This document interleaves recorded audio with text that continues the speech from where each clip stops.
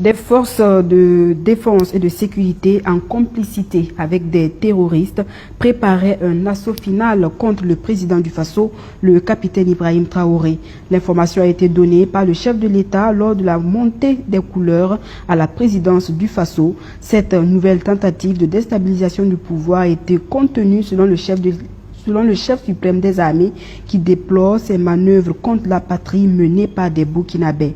On écoute le président du Faso.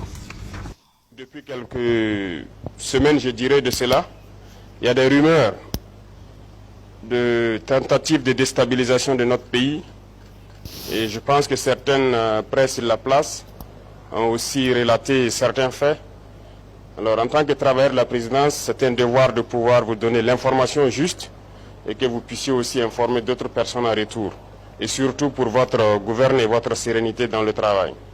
En effet, depuis très longtemps, nous suivons effectivement une cellule dans un pays voisin qui est dirigée par des services de renseignement occidentaux, dirigés principalement contre notre pays.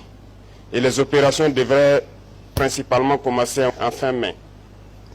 Ça devait consister donc à une guerre de communication intense contre notre pays, ce que vous avez suivi.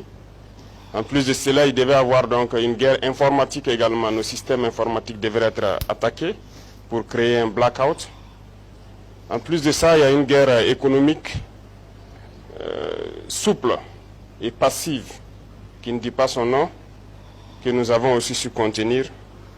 Plusieurs projets d'attaque de points sensibles ont été planifiés. L'autre phase, c'était donc des assassinats ciblés qui ont été aussi planifiés.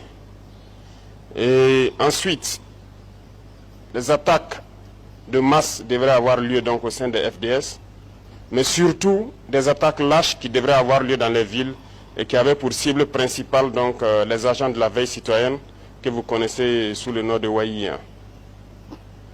Donc nous avons suivi effectivement le déroulement de leur plan et l'assaut final devrait donc avoir lieu à travers un recrutement, si je peux dire ainsi, d'agents à l'intérieur donc de nos rangs. Donc de la guerre de communication jusqu'à tout ce que j'ai cité, nous avons essayé de contenir la situation. Certaines personnes ont été arrêtées dans cette subversion.